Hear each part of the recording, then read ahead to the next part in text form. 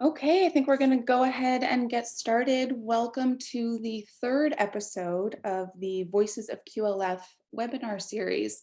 Thank you all for joining us today from regions around the world. I'm actually going to give a quick hint as to our region of focus today. We all know that Morrises are nothing without their props. So these are two bottles of scotch that I somewhat recently stole from my parents' liquor cabinet because I guess I was reliving my teenage years. But I'm just going to keep them nearby in case we have any tech challenges or post-episode merriment. So, okay, down to business. As always, if you have any questions or comments that you'd like to make during the episode itself, to just enter them using the Q&A tab at the bottom of your Zoom screen. So we're going to leave a few minutes towards the end of the episode to share some of those questions with the panelists, and for any that we're not able to get to during the actual episode, we'll be following up with you separately afterwards. So yeah, I guess if you experience any tech challenges on our end, you'll know who to blame, and that would be Larry Morris. So without further ado, I am going to hand things off to our QLF president, Beth Alling. So Beth, if you could turn your camera on. Great, welcome. Thank you, Alex, and welcome everyone to Voices of QLF. And now it is a great honor to introduce Phil Huffman, lead guest on this episode. Phil is the Director of Government Relations and Policy with the Nature Conservancy in Vermont, and he serves as a member of QLF's Council and Advisory Board. I asked Phil to join this episode, hoping it would not require too much arm twisting. And knowing that his QLF experience has been, in his words, transformative, guiding his studies and career path for decades, with QLF as a recurring thread throughout.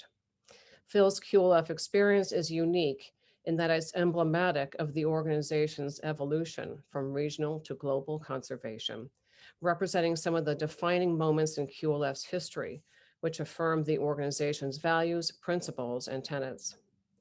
As Phil explains, the mosaic of conservation that QLF embraces is the strong connection between community, culture, and conservation, a critical pathway for a relationship of people and the environment, and our presence on this planet.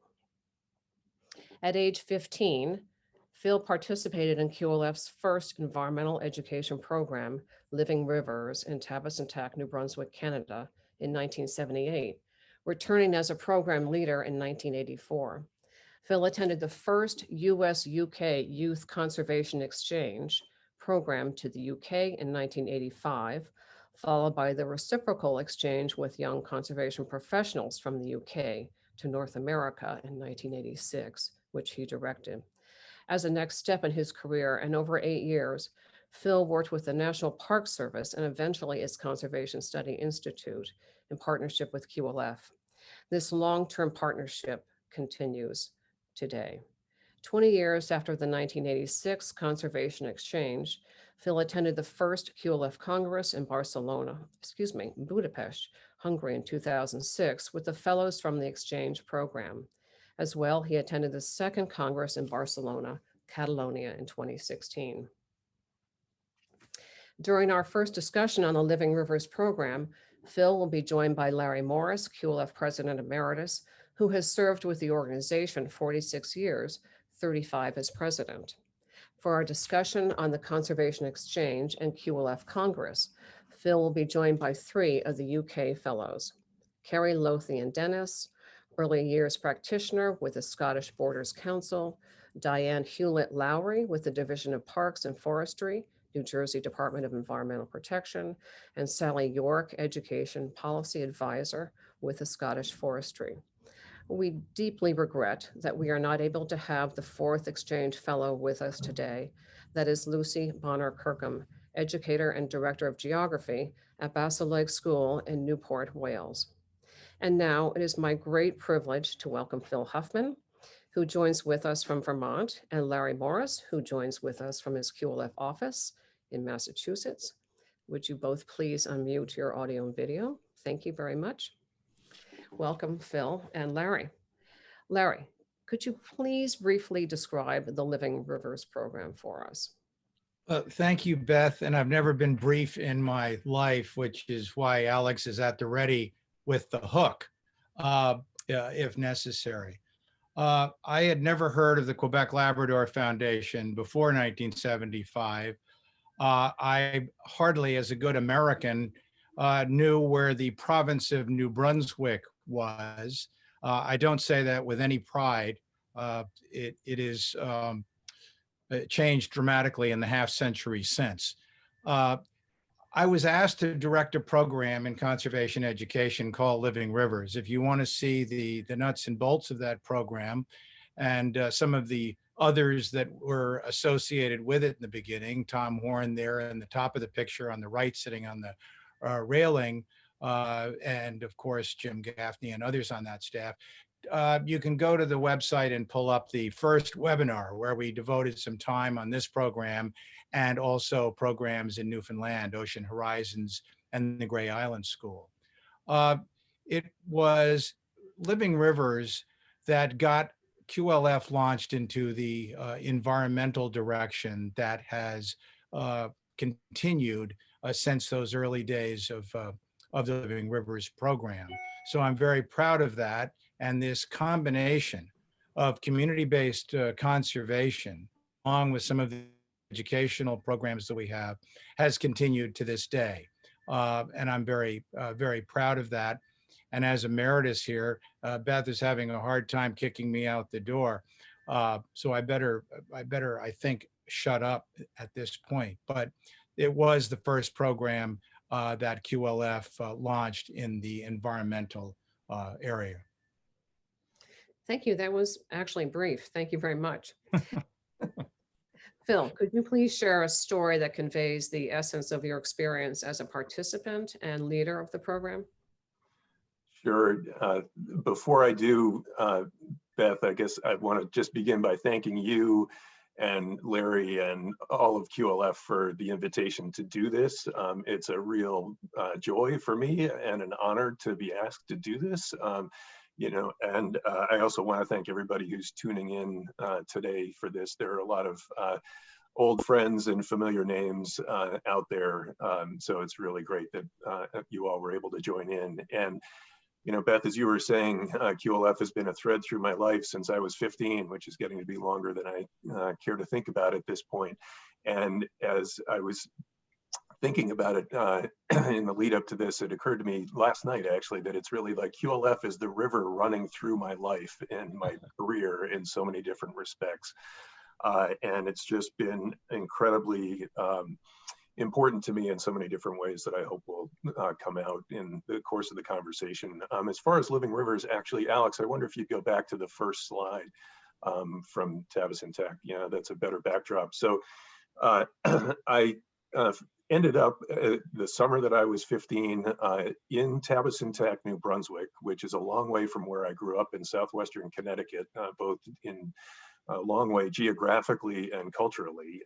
And it sort of was an amazing opportunity, but really unexpected. My mom happened to hear about Living Rivers in its first year or two from a friend whose daughter went to the program and said that, among other things, the participants had a chance to tag bears with wildlife biologists. And my mom knew that I had a great interest in animals and whatnot and thought that might be kind of cool. So she floated it to me.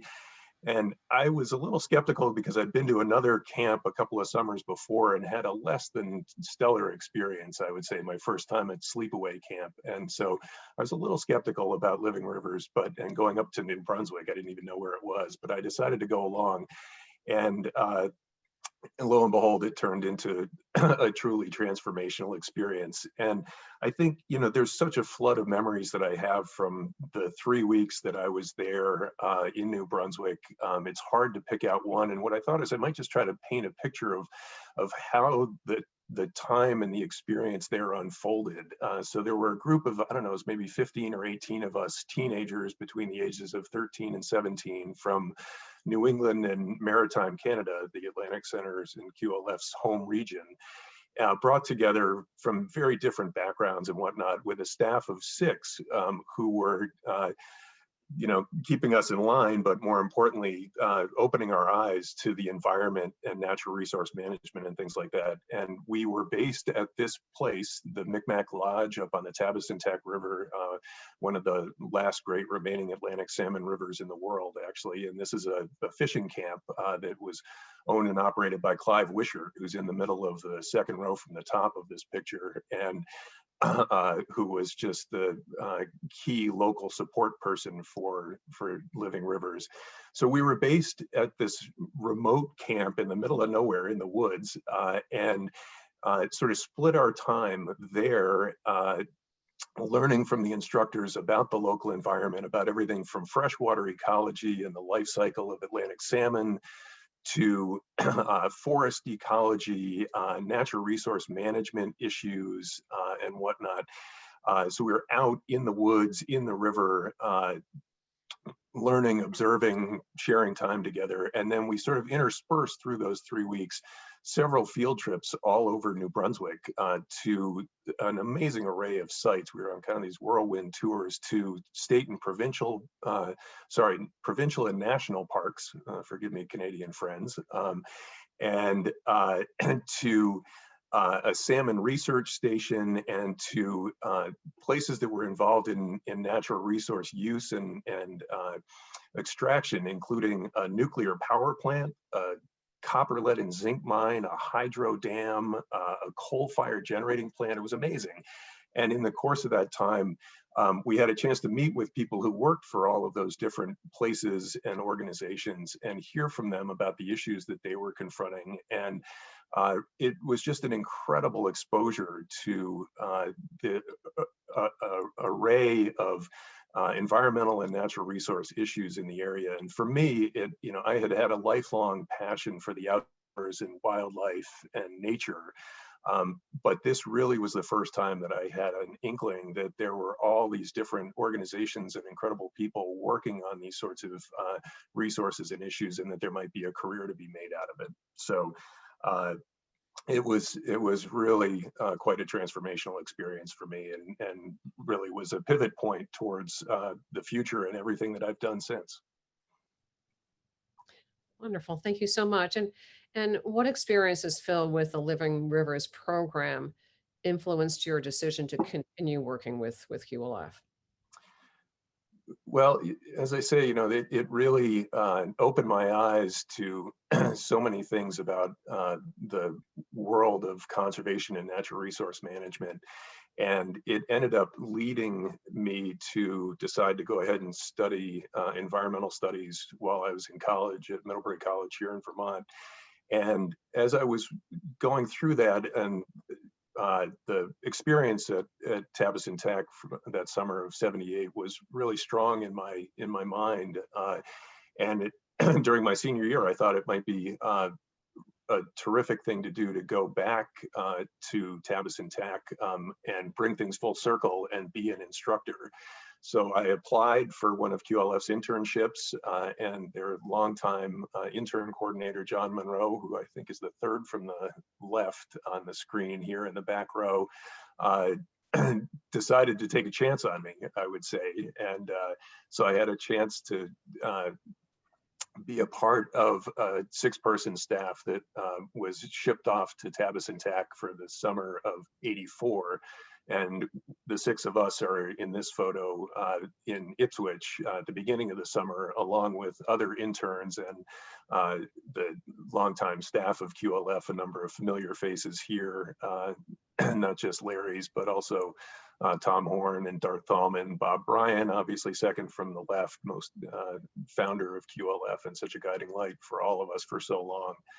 So we gathered in Ipswich, had some orientation for a few days, and then off we went to New Brunswick. And over the course of that summer, it was really an amazing opportunity for me to just dig in more deeply. Here are a couple of pictures from up in Tabasintac with the whole staff crew on the left, and then me with Dwyer Brown, one of the other staff members that summer inside the Micmac Lodge. So it gives you a feel of how rustic the setting was that we were based at. But we had a really terrific summer with probably, I forget exactly, maybe 5 or 6 different groups coming through for similar kinds of experiences to what I'd had the great fortune to be a part of back in '78.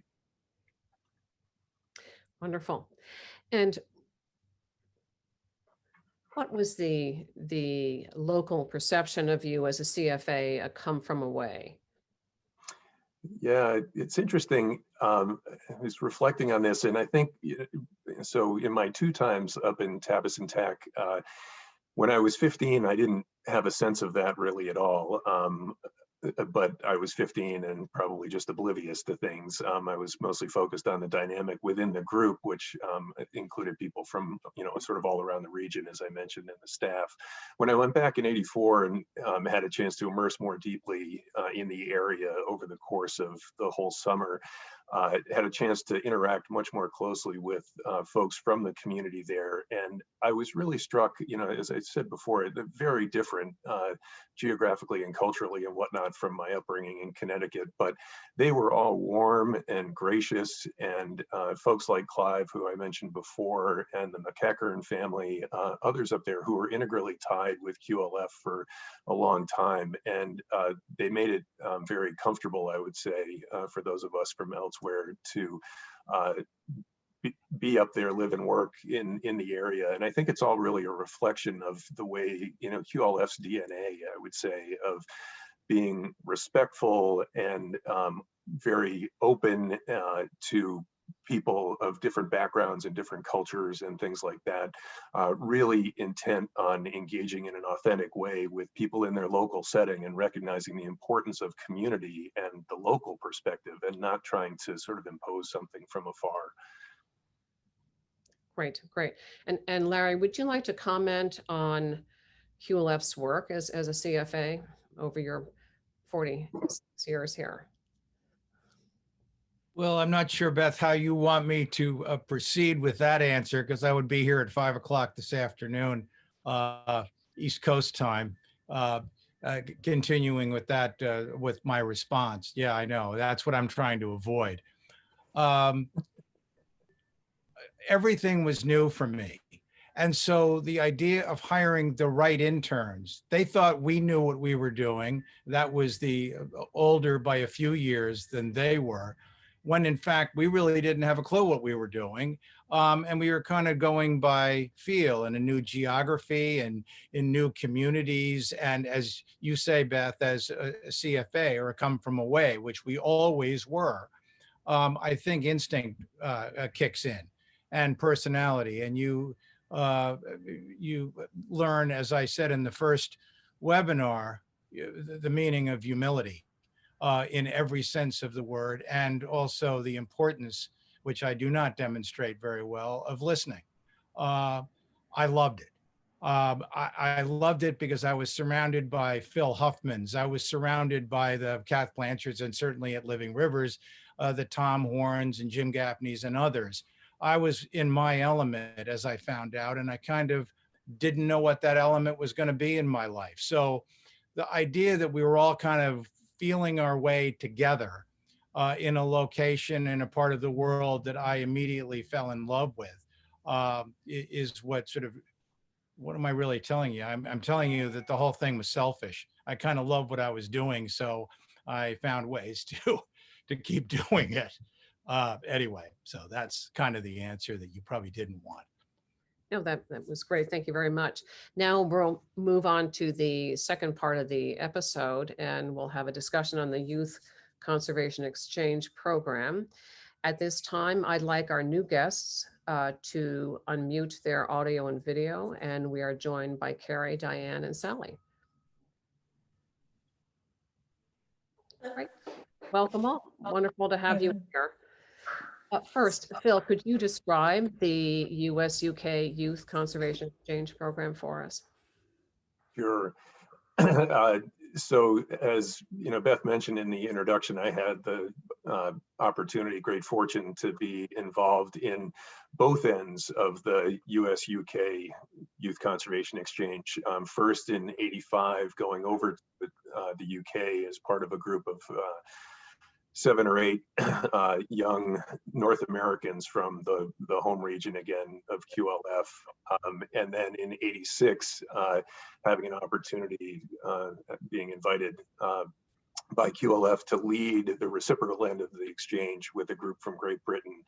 And this was in the early days of QLF's foray into international work outside of the home region. And this was the beginning of the youth exchange, where, as is true, I think, of other QLF exchanges that have unfolded over all the years since, that it's based on the premise that although we may be coming from or visiting very different places and geographies, that in so many cases, an awful lot of commonalities in terms of the issues and challenges that we're facing, and that there's an awful lot to be gained from learning from each other and listening and sharing ideas and perspectives and successes and failures even, to help inform our collective understanding and ways of working.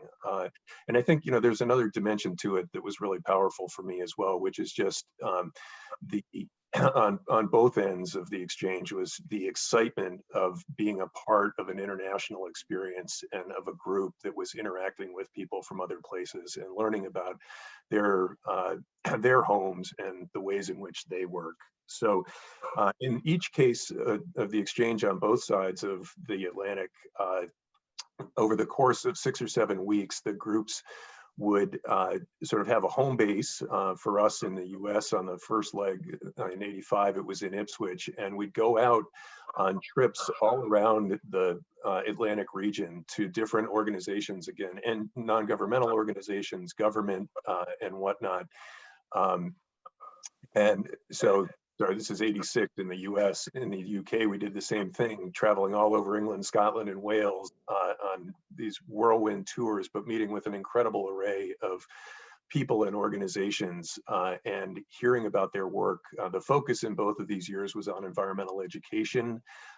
And we met with some just amazing people who were doing really remarkable things that I think opened all of our eyes. And it's so fun to get a chance to sort of reflect on all of this together with my colleagues from the UK side of the exchange who came over this way in '86. Wonderful, thank you. And Phil, and then I'll call on our other guests. Could you give us an example of how your QLF experience on the exchanges has shaped your life today? Sure. I think it's hard to almost to separate out the exchanges from everything else with QLF and how influential it's been on me. And sort of in the big picture, I think, you know, as I've long said to anyone who would listen, that along with my mom's influence on me, my experiences with and through QLF, very much including the exchanges, are the biggest reason why I decided to do what I've done over the course of the last 30 years in the conservation field. And both professionally and as a volunteer in my community here in Vermont. And I think in addition to that, having these international opportunities just really fueled my interest in and passion for other parts of the world and for people from those places, and just getting a chance to meet and get to know them, and in cases like with the folks on with me here, to become lifelong friends. And I just feel like it's such a broadening sort of experience and something that I've carried with me in the course of both my work and my life. And then I think just also, you know, provided some of the most memorable experiences and meaningful work and lasting relationships that have carried forward ever since. Thank you. Why don't we go to our guests, and let's start with Diane. Could you answer that question as well? I apologize. I was laughing at the photographs. So my experience with being a participant on the exchange program was, I think, life-changing for me. I was interested in environmental education, but this is what really cemented it, that this is the career I wanted to follow, and I'm still doing today. I think participating in the exchange was a real catalyst for me, and the other people on the program too. We had fantastic experiences.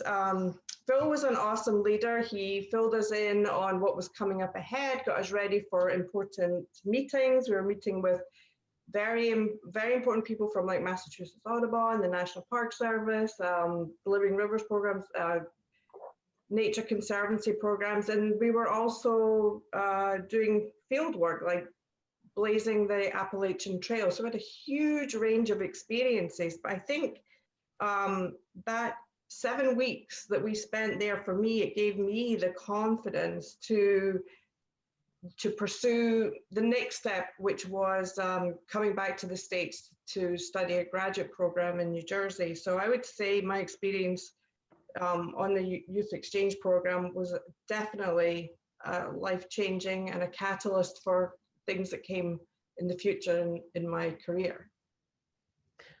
Thank you. And Sally, would you have a comment on that as well? Yes, I think for me, I think a few people have actually touched on it already, is that idea of community and place. And I've been reading through our notes and from the time, and it's really hit home to me, that whole business of what a place actually is and how you interact with it. And how important that is to then the culture that the humans set up and the stories and the place names and things like that. So me being typically English, coming over to New England for the first time, place names like Falmouth and Ipswich conjured up completely different images for me than what I was actually seeing. The other thing that struck me was the history as well. We were there for July 4th Independence Day, and being English, and I'm specifically saying being English rather than Scottish, because that was, again, just in our group, learning about our own country's history from Diane and Kerry was also something that you pick up. And I think that's one of the things about international exchanges is that it's almost like you learn as much about your home country than you do about the place that you're going to a lot of the time. But it was a phenomenal experience, just looking at what we did. I mean, Phil, for the driving that he did around the place was phenomenal, but we also met some superb professionals who gave us their time to run through what their job was.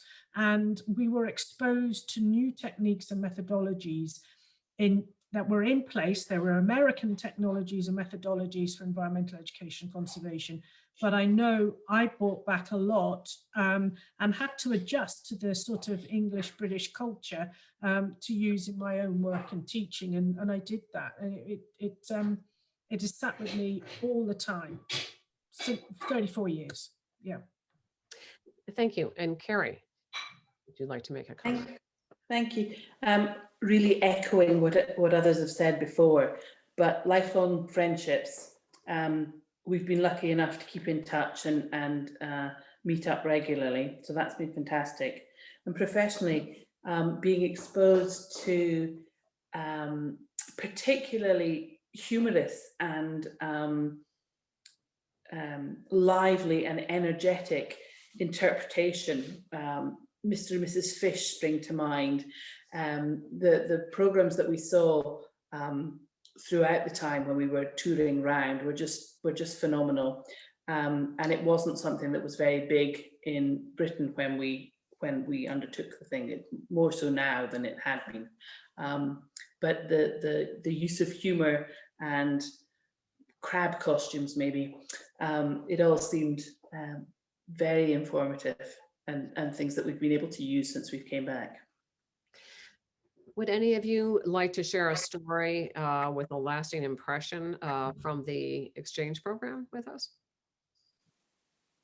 If the others don't mind, we went to Walden Pond, and have to remember I was 22 years old and a graduate of a very science degree, not a liberal arts degree. So I really didn't know at that time, forgive me, that what Walden Pond was about. But, you know, Phil filled us in along the way and said we were going to meet Henry David Thoreau.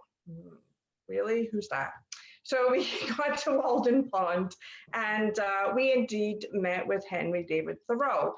And he explained why he was there. He explained about his life at Walden Pond, and we quickly caught on that he was playing a living history character and using living history as a methodology to help whatever he was.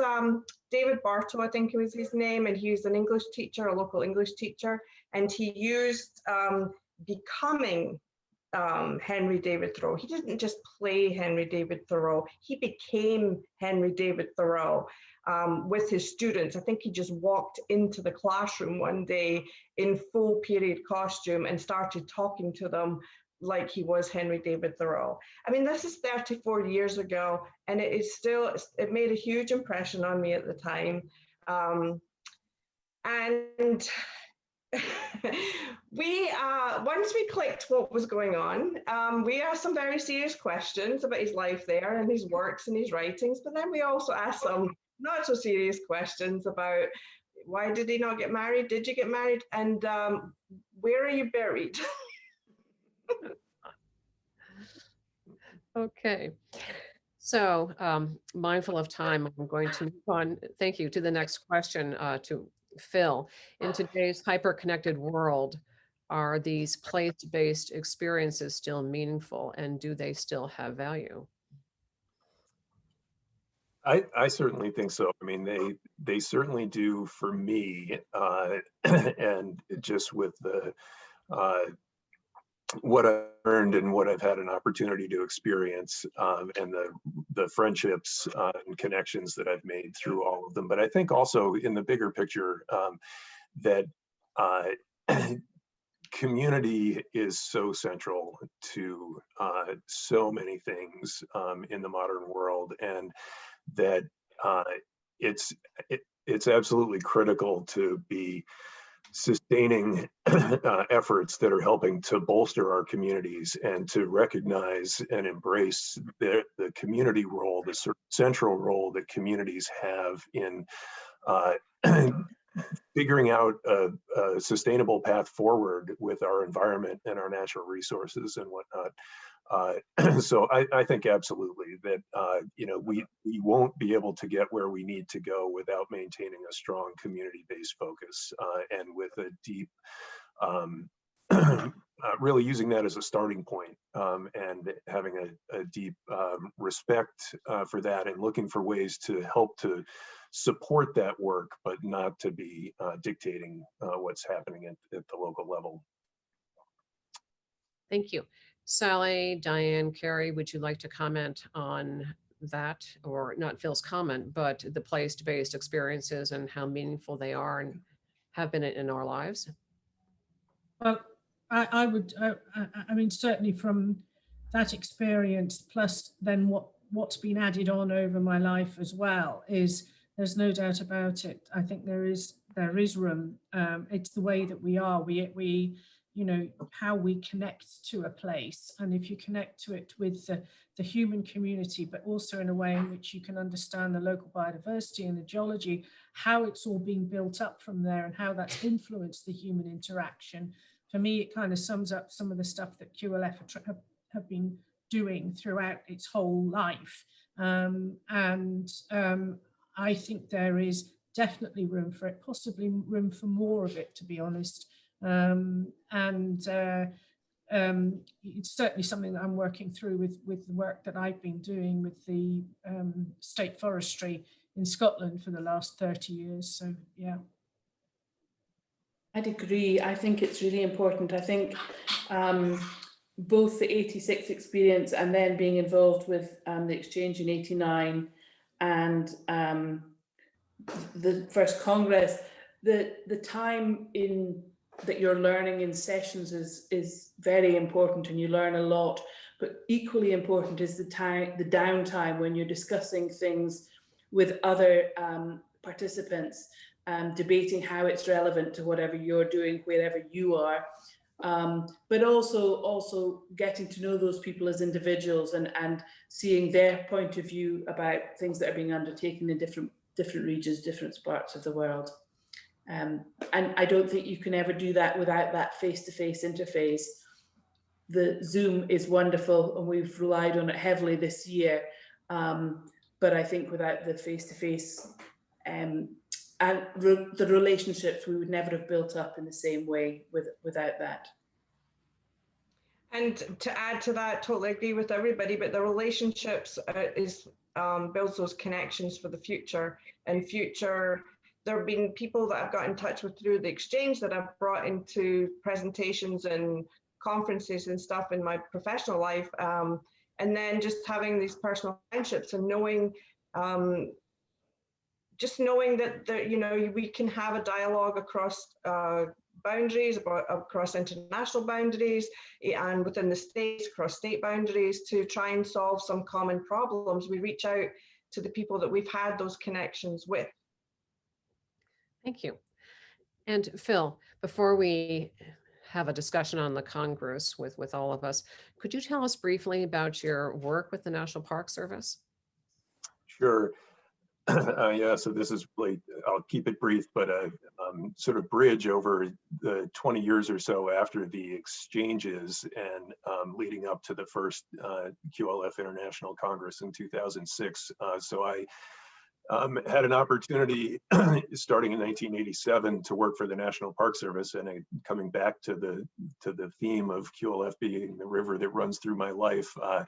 The door to that opportunity was opened through a friend and colleague from QLF in the summer of '86, who actually had led the American group that went over to the UK while I was leading the group here in North America, but who told me about an opening at the Park Service with some people that she knew well and had the utmost respect for. And so that led to my getting a position working on community-based river conservation. So coming back to that community-based theme, and I was working based in Boston, but with communities on significant rivers, primarily in New England, but some other parts of the country as well, trying to figure out long-term solutions for how to manage them effectively and ensure their conservation for a whole host of different reasons.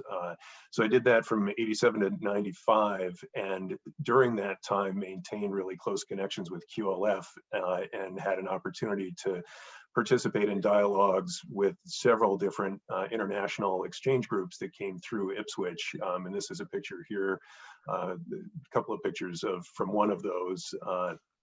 And on the left, one of my other great mentors, along with Larry Morris, the gentleman in the middle, Ralph Diamant, with the National Park Service, who hired me and is one of the great leading thinkers on the national park system and conservation in general. But anyway, we had just some more great opportunities for dialogue and shared learning really across borders through my involvement with some of those QLF exchanges. And then I took a break from professional paid work for a little while, went back to graduate school, and then coming out of that, had an opportunity to re-engage with both QLF and the Park Service, which turned out to be over the course of the next 10 years on a variety of different projects. I was working officially as a consultant with and through QLF, but working on projects with the Park Service at a new national park that was getting started here in Vermont that Ralph was the first superintendent of, and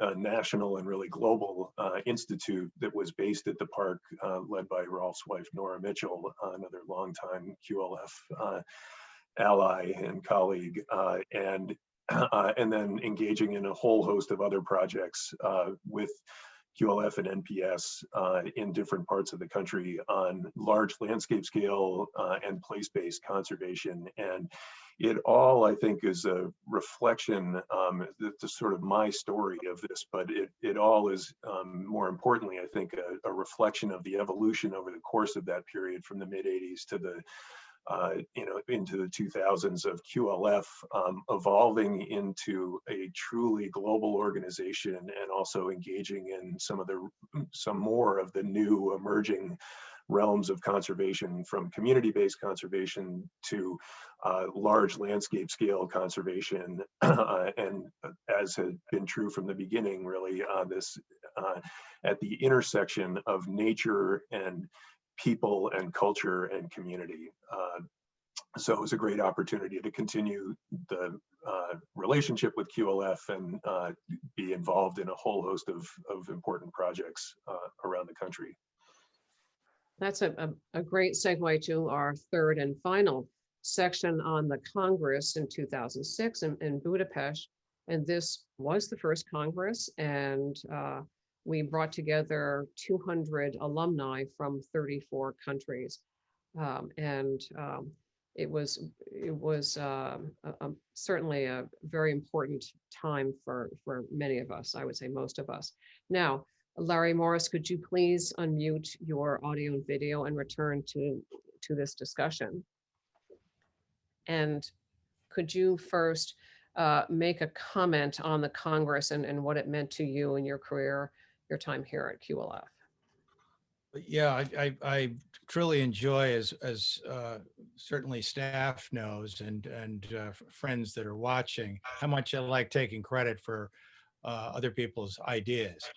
In this case, watching QLF evolve into a global entity, going cross-border, as you will, not just from US to Canada, but first to the UK. They were very friendly. They were nice to me, and we spoke the same language, and we shared the same seabirds and other resources. That seemed logical. And then with DART, and certainly followed by Jessica Brown, Brent Mitchell, today even, to introduce me to the rest of the planet, has been quite a journey. There's never a dull moment for that. And I think that the lessons that we have learned in North America, testing them, talking about them, however we want to address them, with those in other cultures in faraway places. Never did I dream that I would end up being in places like Damascus, in places like Beirut, in places like Hanoi. And what I find is that people are people. And Beth, you know that better than anybody. And you were the one that said, you've got all these incredible alumni. Why in the world, literally, don't we bring them together and let them meet each other? And that was the essence of the Congress. And what a winning formula that, Beth, you put together for that in 2006, in 2016. I'm getting to an age where I don't know whether you want to go another 10 years before you do another one. I really enjoy those gatherings for so many reasons. But anyway, that is probably the comment that the mea culpa comment on the Congress. I had nothing to do with it. I just followed the other people who had the good ideas and let them run with it. Well, thank you. You had a lot to do with it, actually. Now, I'd like to call upon Phil and our other guests to tell us why the Congress was so important for you, and is there anything that, what are your takeaways? What was eye-opening about the Congress? We start with Phil. Okay. It's hard to capture what an amazing experience that was, both of the Congresses, and bringing together that many people from so many different parts of the world, different backgrounds, cultures, experiences, perspectives, and being in the midst of that for several days at a time. And, in some cases, as with Sally and Diane and Carrie and Lucy, having a chance to reconnect after, for us, it was 20 years that we'd last seen each other. And in other cases, getting a chance to meet people who I might have heard of, might not have, but from other parts of the world, but who were all bound together in the QLF family. It was truly extraordinary. And I think, it's a reflection again of the evolution of QLF into this truly global organization that still holds on so closely and appropriately to its tight roots in the home region, in the Atlantic region, but that is bringing people together and leaning in all kinds of great ways to really challenging, pressing issues all around the world. And it was extraordinary. I mean, I'll never forget at the opening of the '06 Congress, sitting at a dinner table with 8 or 10 other people from, I don't think there were 2 of us probably from the same country. And it was particularly striking being across the table from folks from Palestine and some of the Arab nations and Israel. And just seeing the dialogue that was going on among them, having been part of an exchange before, and talk about barriers and obstacles to even communication, let alone actually collaboration and trying to work together. That was happening as a result of some of the programs and changes that QLF had brought together. So it was, in both cases, both years, it was extraordinary, and I feel immensely lucky to have been a. Thank you so much. Carrie, would you like to make a comment on the Congress? We behaved really badly and we were very loud, but it was wonderful to catch up after 20 years. But as well as our bad behavior, we thoroughly enjoyed the sessions, as Phil's already alluded to, the dynamics between people from countries that don't get on, have huge conflicts between them, but people sharing the same professional concerns wherever they were coming from, and that was truly eye-opening and really quite thought-provoking. But as well as that, just hearing more about the Hungarian situation, the forest school program that they have, and how things are working there. I know I've been able to reflect back on that in some of the work I've been doing with the very young pupils that I teach, and it's been enormously useful. Thank you. Diane, Sally. I think, as been alluded to before, we were all coming together on common ground at the Congress, using the health of the environment as a common concern and a vehicle for international cooperation. I think that was phenomenal.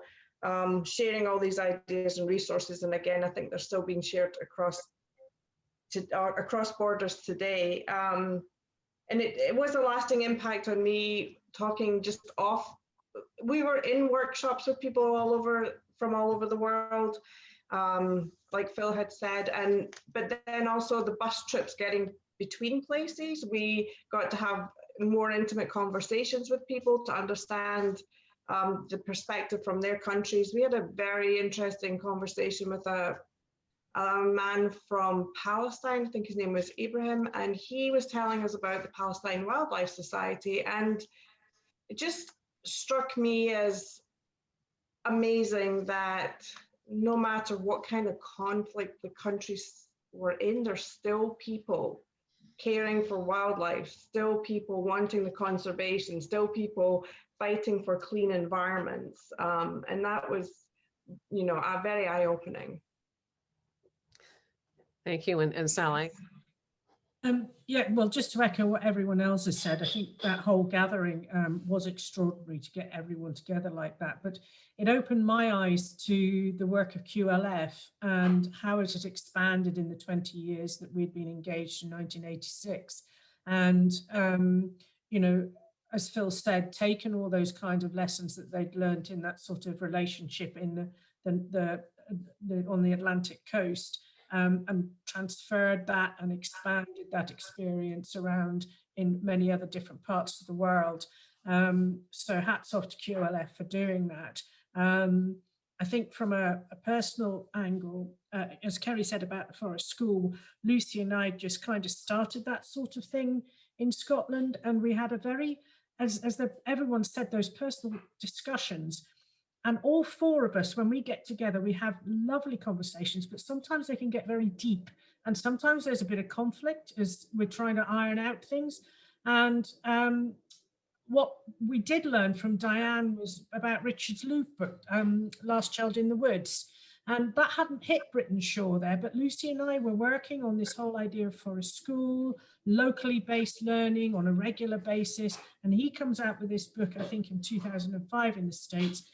We got hold of copies, and I must admit, it really added that to expand the way in which people were taking up this kind of learning, and the urgency to get young people in connection with their local spaces and getting outside and making that connection with nature. So, you know, QLF has opened my eyes many, many times, not just by actually being there, but just those conversations that you've had with people. Thank you so much. We have one final question in this part of the episode, and I'll ask you, Phil, first.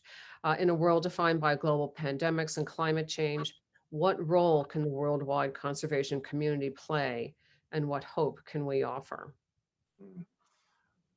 I'll start into that with one other point about the congresses that I realized I forgot to mention, which, you know, part of what was so powerful of those experiences was in each case being there with about 200 people, many similar from, or the same from 06 to 16, but many different as well. And realizing that that was only a really fairly tiny fraction of the network of people in QLF's universe, and that I've heard the figure of at least 5,000 alumni who are scattered all around the globe, who've been connected to this organization in different ways, and just connecting into that small percentage at those two congresses was just, it's really powerful to think like, okay, there was so much wisdom and experience and collaboration and overcoming boundaries and things like that in those gatherings. And that's just the tip of the iceberg of the way in which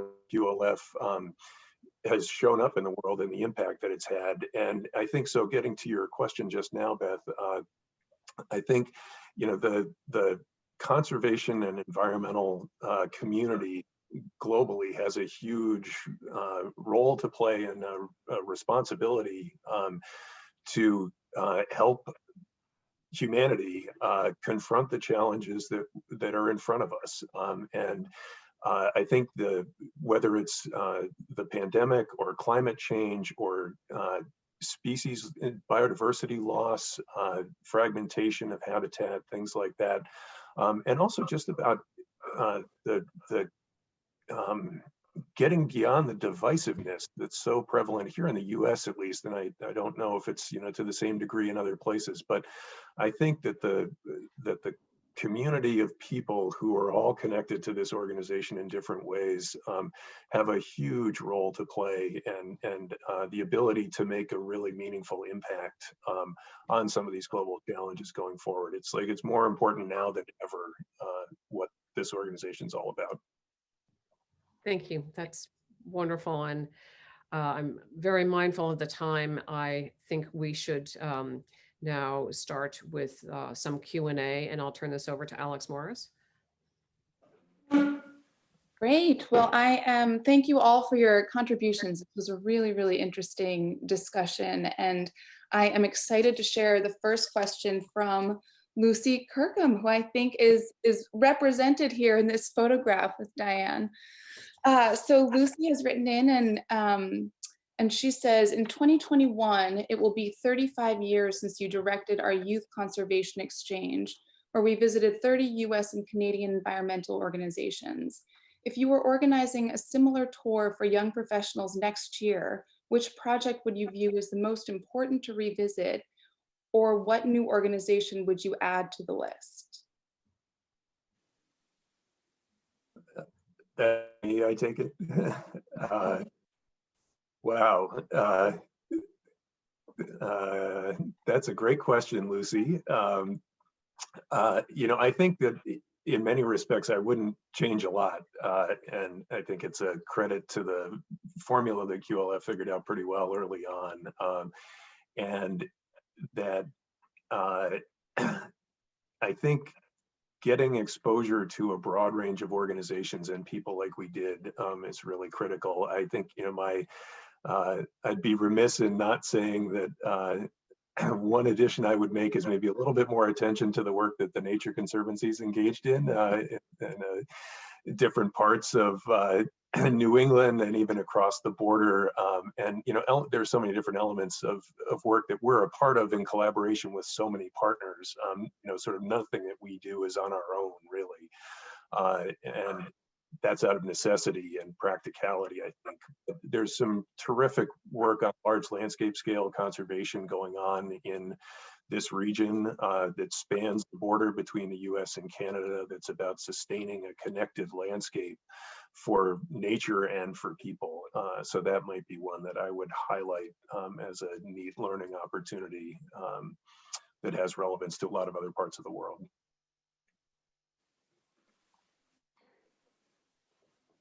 Great. And I'm just going to ask one final question before we close out for this episode. And this is in from Kevin Porter. I really like this.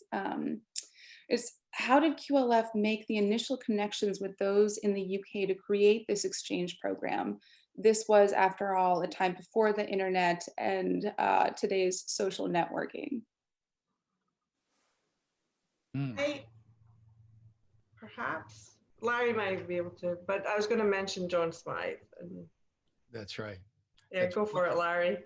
Well, the only thing I would say is I have a big mouth. And so I asked a lot of questions about who were the people and to know in terms of moving into new geographies and new places. And when a name continued to pop up, usually that was a good place to start. And that incredibly sophisticated strategy on my part has worked very well for my time in this business. So I think a lot of it is word of mouth, reading, doing some research, but again, talking to people and seeing what the cut of the jib is of those that we meet, and vice versa. What's the chemistry? What's the fit? And are those the kind of people that we want to develop a program or a partnership with? No rocket science there, but it's worked pretty well. For us.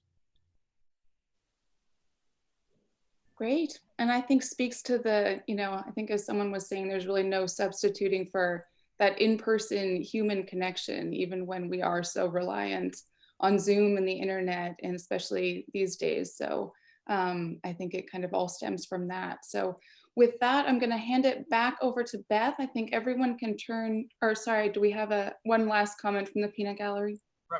Just, and I'll keep it to 30 seconds. What I've witnessed politically in this country over years, not just weeks, has been such that small organizations should be stepping up and showing the leadership that they possess. Because I do not think that public sector wise that we have been served well by government. Now, I guess I can say that in my little 30-second speech here, but is a place like QLF relevant in these days, and the organizations that each of you on the screen, on my screen, represent? And the answer is you're damn right, because I think government is broken right now in this country and needs fixing and talking to people. We've done it in Damascus. We've done it in Beirut, as I said. We've done it in places. We have some things to say in this regard and should. Thank you. All right, so we will close it out there. I'm going to hand it off to Beth. So I think if all of us could turn off our videos at this point. Thank you for joining us today on this episode, and a special nod to our wonderful guests, Phil, Larry, Carrie, Diane, and Sally, and my appreciation to our webinar staff for their efforts in this production, Alex Morris, Bill Steelman, Liza Elliott, Kevin Porter, and Casey Riley. A recording of this episode will be posted on QLF's website. Our next episode is Thursday, January 28th, with Munir and Diana Abi Said from Alay, Lebanon, just north of Beirut. Mammologist and professor in the Faculty of Sciences at Lebanese University in Beirut, Munir is a pioneer in his research on the conservation and ecology of big and small mammals, ranging from hyenas to bats. Diana is a liaison officer with the Faculty of Agricultural and Food Sciences at the American University of Beirut. 30 years ago, Munir and Diana founded Animal Encounter, a research and wildlife conservation center in LA, which offers classes in environmental education for young students across the country. We hope you'll join us for episode 4 with Munir and Diana. And once again, thank you for being with us today. All the best to you and stay well.